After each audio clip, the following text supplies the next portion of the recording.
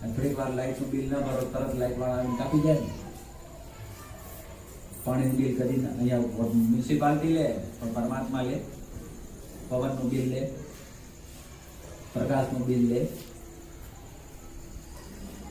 બીજું કાંઈ ન કરી શકીએ તો કાંઈ નહીં, પણ એના પ્રત્યે કૃતજ્ઞતાની લાગણી તો પ્રગટ કરી કે પ્રભુ તારા બનાવેલા તત્વો વગર એક ક્ષણ પર મારું જીવન ટકવું શક્ય નથી, તો તારો આભાર. નર્મતાથી રાંત બનીને નિજામણાના ભાવથી ગતમાં જઈ ને બેસો, અહંકાર મૂકી દો, મેળવું અંતરનું અભિમાન. અહીંયા અંતરનું અભિમાન મુકાય ને અને જીવન કેવું હોવું જોઈએ તો આગળની લીટીમાં સદગુરુએ કીધું કે ગોર મુખે તમે રહો રે બંદા, ઋષિવર કેરી યહી સંધ્યા, કે તમારી સાચી સંધ્યા આ છે.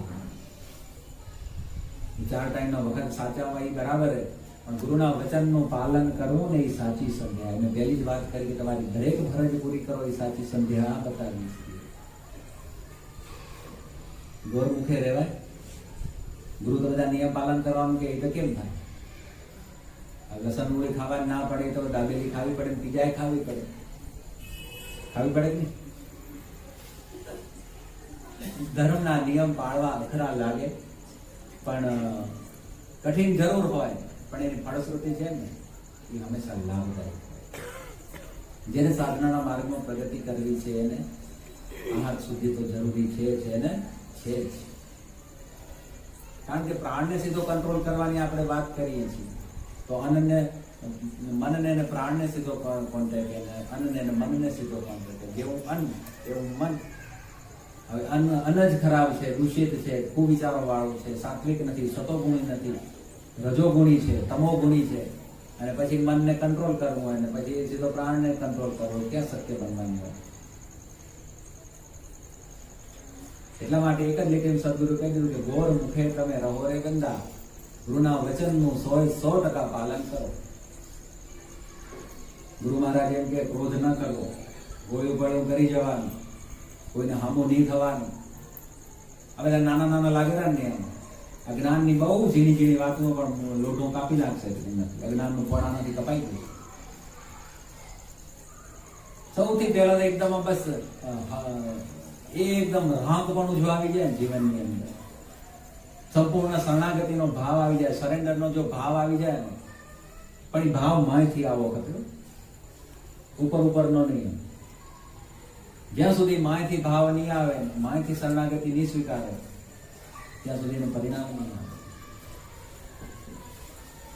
માયથી જો ભાવ જાગી ગયો, ગુરુ પ્રત્યે, ઈષ્ટદેવ પ્રત્યે શરણાગતિ આવી ગઈ ને, તો એની કોઈ તાકાત નથી. અર્જુને એમ કીધું કે સર્વ ધર્મ પરિત્યજ્ય મામેક શરણમ વ્રજ, બધા જ ધર્મનો ત્યાગ કરી મારું શરણું સ્વીકાર્યું. ગુરુના વચન જે છે, અને વચનનો મહિમા એટલો બધો મોટો છે, દરેક મહાપુરુષો જે વચન ઉપર ભાર મૂક્યો હોય ને, વચન વિવેકી જે કોઈ નરયાને નારી રે પાનબાઈ, બ્રહ્માદિક લાગે ને પાય. માં ગંગા સતીએ પાનબાઈને કીધું કે વચન સદગુરુનું પકડી લો, એમાં સ્થિર થઈ જાય.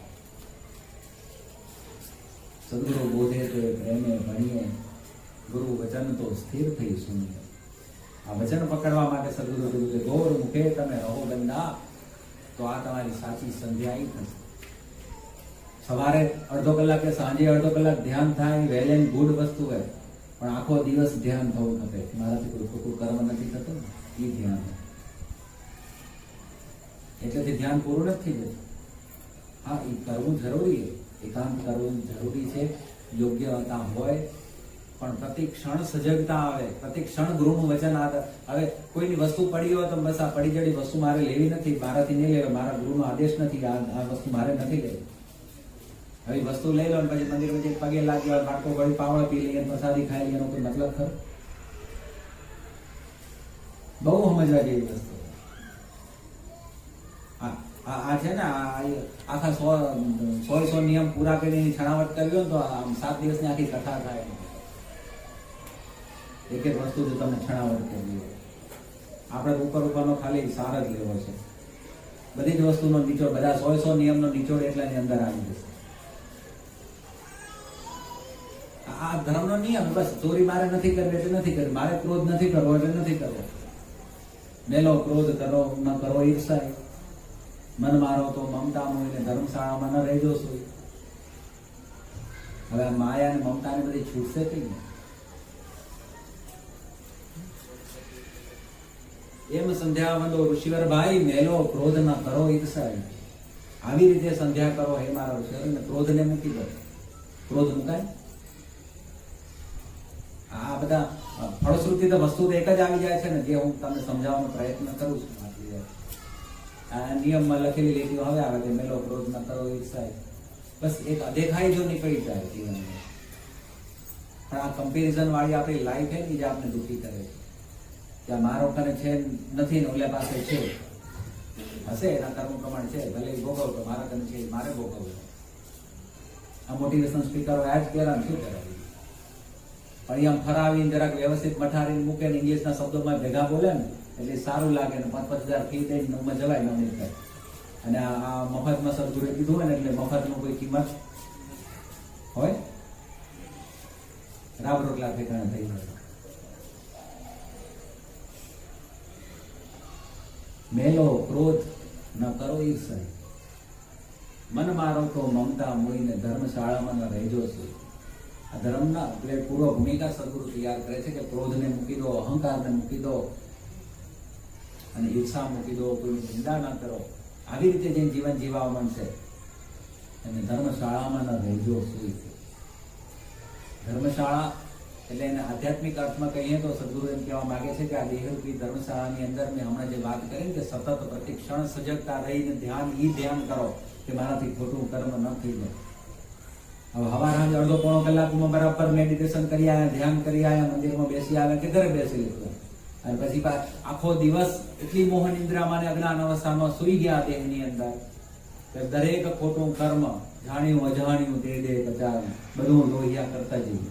એટલે ખાલી ખાવાની વાત નથી કરતો, એક બાજુ નીતિ આપણે ક્યાંક મૂકી દઈએ, ધર્મ એવા ધંધામાં ભ્રષ્ટ થઈને ધર્મ કરવા માંડી જઈએ, એવો ધંધો કરવા માંડી જઈએ. આમ આગળ લીટી આવે છે ને, હાડ વકરો કરે પાતક સહી. ત્યાં શરીર રૂપી થી કર્મ જે કરવા માંડી, પાતક થી કરવા, પાતક એટલે કે પાપ રૂપી કર્મ કરવા માંડી જાય. એ ધ્યાન શું કામનું? કે ધ્યાન તો પ્રતિ ક્ષણ હોવું જોઈએ. એટલા હાટું સદગુરુએ આગળ કીધું કે જાગતા જીતશો સદગુરુ સાથે. જાગી જાઓ, ધર્મશાળામાં પર વાત ન કરશો, આહાર ઘણું કરી પેટ ન ભરશો પેટ તો ભારી થાશે, આવશે નિંદ્રાને પછી પસ્તાશો. હળવે પેટે હાંસલ થાશે ને જાગતા જીતશો સદગુરુ.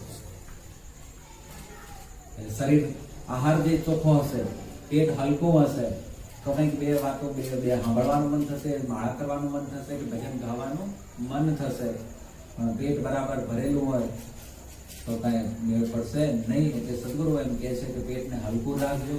જેને યોગાભ્યાસમાં આગળ વધવું છે, જેને સાધના કરવી છે, એ પેટને હલકું રાખજો. સમ્યક આહાર લેજો, યોગ્ય આહાર લેજો. નહીં તો શું થશે? તો તે આવશે નિંદ્રા ને પછી પસ્તાશો. હળવે પેટે હાંસલ થશે, જાગતા જીતશો સદગુરુ સાથે. જાગવાની વાત કરી છે અહીંયા સદગુરુ. આપણે બધા સુતેલા છીએ,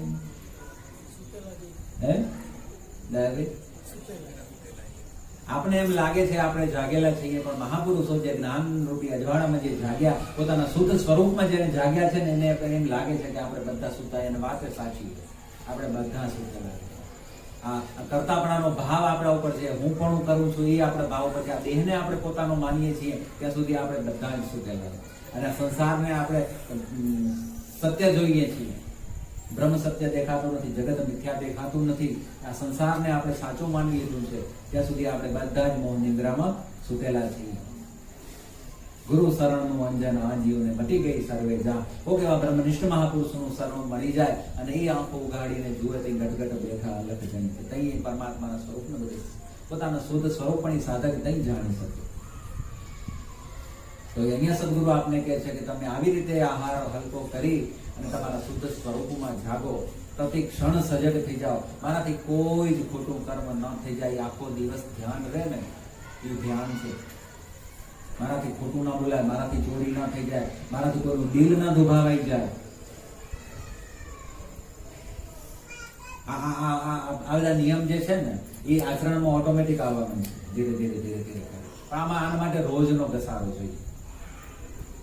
પણ પછી મંદિર ધર્મને આપણે મંદિરમાં મૂકી આવીએ અને પછી બહાર આવી જઈએ એટલે તકલીફ ત્યાં ઊભી થાય.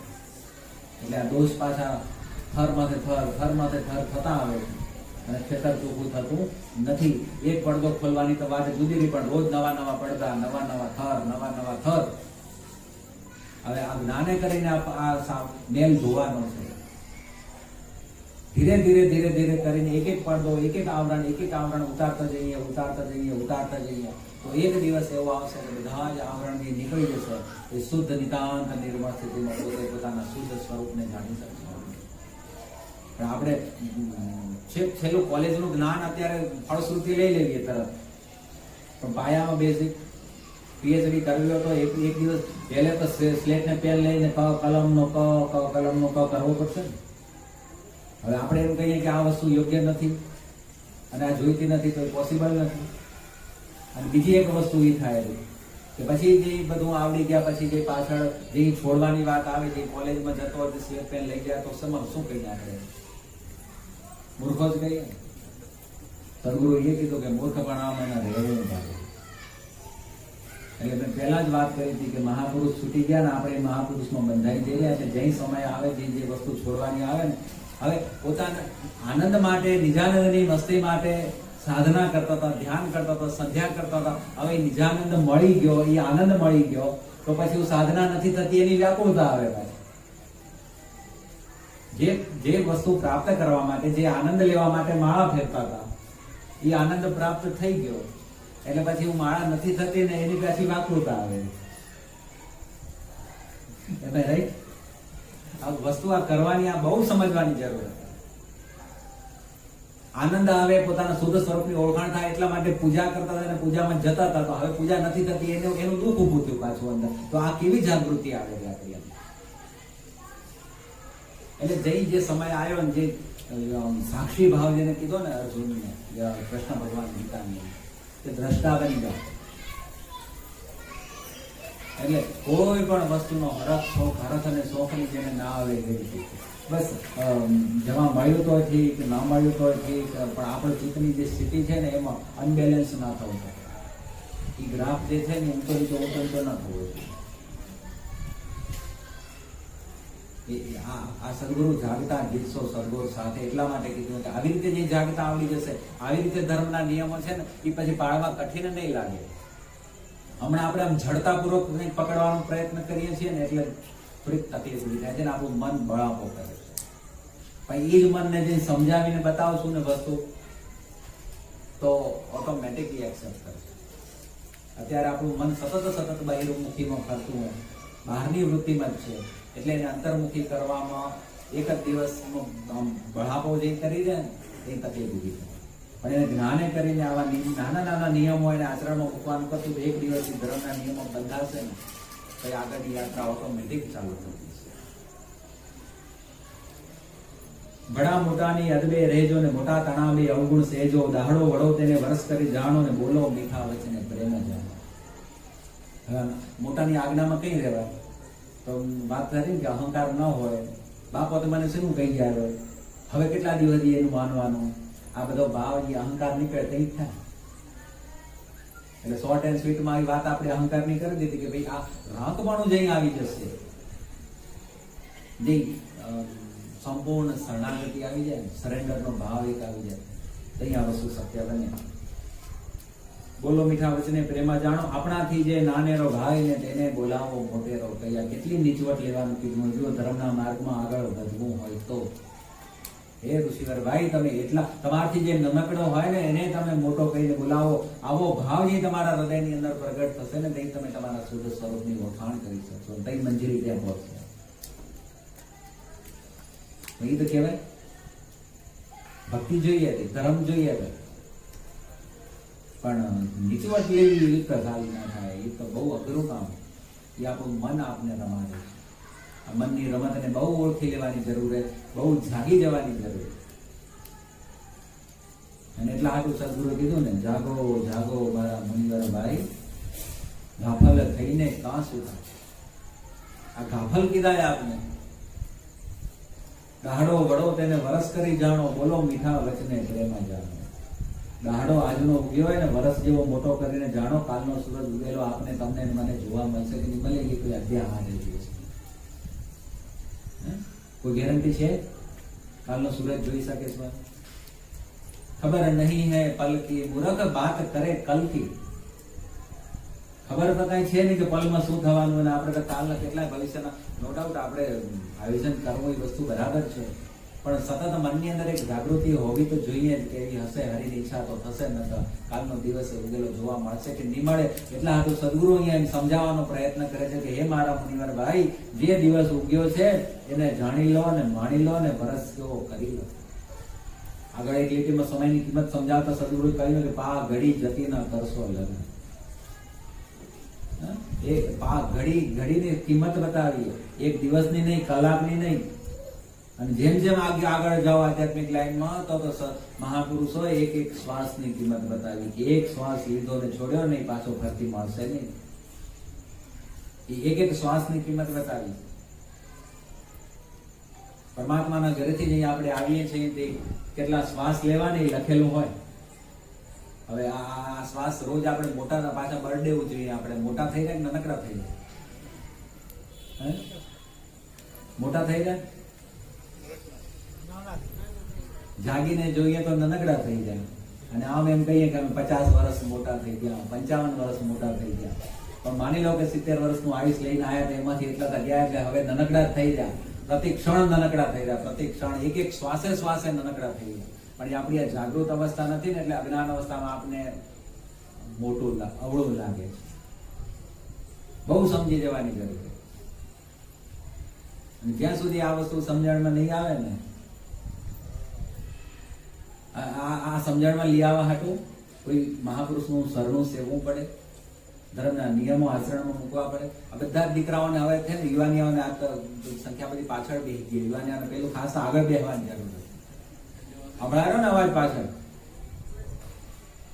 ખરેખર નાના નાના દીકરાઓને બહુ આ પ્રશ્ન આવ્યા અત્યારે કે ધર્મમાં આમ શેના માટે, આમ શેના માટે, આ નિયમ શેના માટે, હું નિયમ શેના માટે. પણ ધર્મ પાયે બાંધ્યું જળ રહે ને, નિયમે બાંધેલો ધર્મ. ધર્મ જો સાચવવો હોય ને તો નિયમથી જ સચવાશે. પણ બાકી જો ન જ કરવું હોય ને, કશું જ કરવું નથી, ગાડી જેમ તેમ ઠોકાવા દેવી હોય તો પછી કોઈ પ્રશ્ન નથી. એના માટે કોઈ નિયમ લાગુ પડતા નથી. પણ આધ્યાત્મિક લાઈનમાં જેને પ્રગતિ કરવી છે, જેને પોતાના શુદ્ધ સ્વરૂપને જાણવું છે, જેને આ મનુષ્ય અવતાર સફળ કરી જવો છે, એને તો નિયમ પાળવા અને થોડી કઠિનાઈ તો આવે, તકલીફ તો પડે. નિયમ પાળવા પડે ને, કાઠું તો પડે જ થોડું. પણ સદગુરુએ આગળ કહ્યું કે હાણ વધને જુઓ તપાસી, કે નફો શેમાં નુકસાન શેમાં એ તમે જોઈ લો. કે 40, 50, 70, 80 વર્ષનું જે આયુષ છે એ ધર્મમય જીવન જીવવામાં ક્યાંક કઠિનાઈ આવે, બહારનું ખાવામાં રોકે, અમુક નીતિ નિયમ પાળવાના કડવા લાગે, પણ પછી આગળ અનંત કલ્પની આવડતા ભોગવશો એમ ફળશ્રુતિમાં કીધું સદગુરુએ.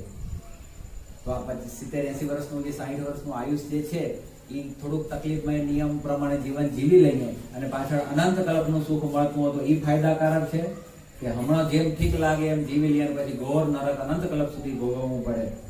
એ ફાયદાકારક છે. બેમાંથી નફો નુકસાન છે મારો? કઈ વસ્તુમાં નફો? હે?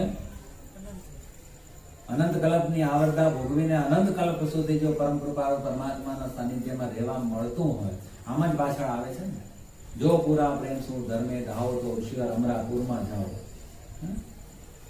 તો આ નિયમ પાળવાના કઠિન ન લાગે તો આ વસ્તુ સમજાવો કે હાણ વર્ધને જુઓ તપાસી નફો છે. તમે હમણાં એક બિલ્ડિંગ એક પ્રોજેક્ટ કરવો હોય તો પેલો બધો જ ચિકાર કાઢ લો, આટલી કન્સ્ટ્રક્શન કોસ્ટ ને, આટલી લેન્ડ કોસ્ટ ને, આટલી FSI મળશે ને, આટલું આમ થશે ને, છેલ્લી બાકી આટલા વધશે. હવે એમાં જો બરાબર નવડા મળતા હોય તો પ્રોજેક્ટ કરો, ના તો સોદું કરો પ્લોટ. તો આ ધર્મના માર્ગમાં જો આપણે આ ફાયદો થતો હોય અને સદગુરુએ બતાવ્યો છે કે આ ફાયદો છે, અને તો પછી કડવા લાગે નિયમો પાળવા તો પણ પાળવા જોઈએ. જે હોશિયાર છે ને, જેને ખોટ કરવી હોય એને કોઈ પ્રશ્ન નથી. દિવાળું કાઢવું હોય તિજોરી તળિયા ઝાટક કરવી હોય, આનંદ રૂપી તિજોરી, શાંતિ રૂપી તિજોરી, પ્રેમ રૂપી ધન, આ જો ન જોઈતું હોય એના માટે કોઈ પ્રશ્ન નથી ડોક્ટર સાહેબ. પણ જેને સાચો આનંદ જોઈએ છે, સાચો પ્રેમ જોઈએ છે, સાચી શાંતિ જોઈએ છે, કારણ કે આ પરમાત્મા કે આપણે હે ને આપણી અપેક્ષા પ્રમાણે એમ કહીએ કે શંખ ચક્ર ગદા ને પદ્મ લઈને આમ ઉભો રહે સાક્ષાત એને માનીએ, પણ પરમાત્મા જ્ઞાનનો સાગર છે, દયાનો સાગર છે, પ્રેમનો સાગર છે, કરુણાનો સાગર છે. બસ આ બધા એના સ્વરૂપ આપણી અંદર આવી જાય ને તો જીવન જીવવાની ઓટોમેટિક મજા આવી જાય. જીવનમાં જો શાંતિ આવી ગઈ, જીવનમાં જો આનંદ આવી ગયો, જીવનમાં જો પ્રેમ આવી ગયો તો પરમાત્મા ક્યાં પછી જોઈએ છે તો. અને આના લક્ષણ પણ છે. આપણી ગાડી બરાબર ટ્રેક ઉપર જાય છે કે નહીં જોવાનું. તો જે અગ્નિ બળતી હોય એની નજીક તમે જાઓ એટલે તમને ગરમી લાગે ને. હવે એને કેવું પડે કે મને બાળ એ તત્વની નજીક જાઓ એટલે ગરમી લાગે છે. એમાં પરમાત્મા તત્વની જેટલા તમે નજીક જશો તો પરમાત્માના ગુણ છે ને એ આપણી અંદર આવતા જશે. અને જો એ ના આવતા હોય તો સમજવાનું કે આપણું મોઢું અબાજુ નથી. આ મીટર આટલા બધા સત્સંગ, આટલી બધી પૂજાઓ, આટલું બધું કર્મકાંડ કર્યા પછી જો આપણી અંદર પ્રેમ ના આવતો હોય, શાંતિ ના આવતી હોય, દયા ના આવતી હોય, કરુણા ના જાગતી હોય તો સમજવાનું કે હજી ક્યાંક ખટકો ટ્રેક બરાબર બદલાવાનો નથી. ગાડી લઈ જવી એ મુંબઈ ને જાય દિલ્હી. અને જો આ બધા ગુણ નજીક આવતા હોય, ભલે થોડા આવતા હોય, તો સમજવાનું કે નહીં આપણે. અને પછી છે ને આધ્યાત્મિક લાઈનમાં તો મહાપુરુષો એમ કીધું છે કે મોક્ષની ચિંતા નહીં કરવાની, આ દેહ પડી જાય એની ચિંતા નહીં કરવાની. બસ ખાલી એક વાર મોઢું સન્મુખ થવું જોઈએ, ગતિ પકડાવી જોઈએ. પછી આ ભાવ થાય, બીજો ભાવ થાય, ત્રીજો ભાવ થાય, ગમે એટલા થાય, પછી ચિંતા મૂકી દેવાની. એક વાર હું આમ રેલવેનો ટ્રેકનો ખટકો પાડી, હવે તો કદાચ કોમ્પ્યુટરથી પડે, પહેલા હું હેન્ડલ બદલાવાનું આવતું ને, ખટાકો પાડીને લોક કરી દેવાનો. જે ટ્રેકમાં લઈ જવી ગાડી ટ્રેકમાં જવા રવાની કરી દેવાની. પછી ભલે ગમે તે પહોંચે. પણ એ કઈ થશે કે ગોર મુખે તમે રહેશો, ગુરુના વચનનું જે પાલન કરશો તો આ વસ્તુ સમજાશે. આનું જે આધ્યાત્મિક રહસ્ય છે સદગુરુએ આની અંદર ભર્યું છે ને, આ હું જે આપને કહેવાનો પ્રયત્ન કરીએ છું. તો ભગવાન કૃષ્ણએ એમ કહ્યું અર્જુનને કે હે અર્જુન, આ જ્ઞાન યોગ, આ ભક્તિ યોગ તમે આથી પેલા કેટલાય મનુષ્યોને કીધો, હજારો મનુષ્યોને કીધો, એમાંથી કોક આમાંથી પ્રયત્ન કરે છે. 100 માણસો જે પ્રયત્ન કરે છે ને એમાંથી કોક એકાદ જણો મારા સ્વરૂપને પામે છે. એટલે આ એમને તો નથી સમજણમાં આવે એવી વાત. અને જ્યાં જબલગ આત્મા તત્વ ચીનો નહીં તબલગ સાધના સર્વે જૂઠી. એટલે આ હમણાં જે આપણે બધા પૂજા પાઠ કર્મકાંડ આ છે નાચે નીતિ ધર્મ તપ તીરથ બધું કરીએ છીએ ને એ માત્ર ને માત્ર આત્મા સ્વરૂપની ઓળખાણ કરવા માટેના સદગુરુ પગથિયા આપ્યા છે. એ કરતા કરતા આ મંદિરની અંદર જતા જતા આ દેહરૂપી મંદિરની અંદર જવાય એ એટલું જ જરૂરી. એ કઈ જવાશે કે આ શિક્ષાપત્રી જો યથાર્થ સમજાયેલી હશે ને કે સદગુરુનો કહેવાનો ભાવ શું છે આની અંદર, આ સમજણ સાથે જો પૂજામાં બેસો, આ સમજણ સાથે જો મંદિરમાં જશો ને તો 100% એક દિવસ ઓલા મંદિરમાં જતા જતા આ દેહરૂપી મંદિરની અંદર પહોંચી જવાશે. અને બધા જ મહાપુરુષો એક જ ઇશારો કરીને કહ્યું, હરિઓમ ધૂન મચાવ તારા દેહ મંદિરમાં. કેમ એમ ઓલા મંદિરમાં ધૂમ મચાવવાની નથી કીધી? આપણે ભજન ગાવશો ને તમે, હરિઓમ ધૂન મચાવ તારા દેહ મંદિરમાં, હરિઓમ ધૂન મચાવ તારા દેહ મંદિરમાં. આ દેહરૂપી મંદિરની અંદર પરમાત્માના સ્વરૂપ ઓળખવાની જો ધૂન લાગી ગઈ ને,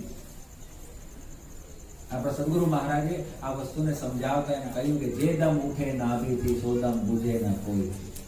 એક વખત જો માયથી તલપ જાગી કે મને મારા શુદ્ધ સ્વરૂપને જાણવું છે, હું કોણ છું, તૈયાર આ શિક્ષાપત્રીના નિયમો પાલન કરવાનું એને મન થશે, વાંચવાનું મન થશે, આચરણમાં મૂકવાનું મન થશે. અને જે માયથી ભાવ, માયથી જંતના જાગશે ને એની પછી બહારની કોઈ આવરણ એને દબાવી નહીં શકે. બહારની ગમે એવી વિકટ પરિસ્થિતિ આવશે પણ એને રોકી નહીં શકે.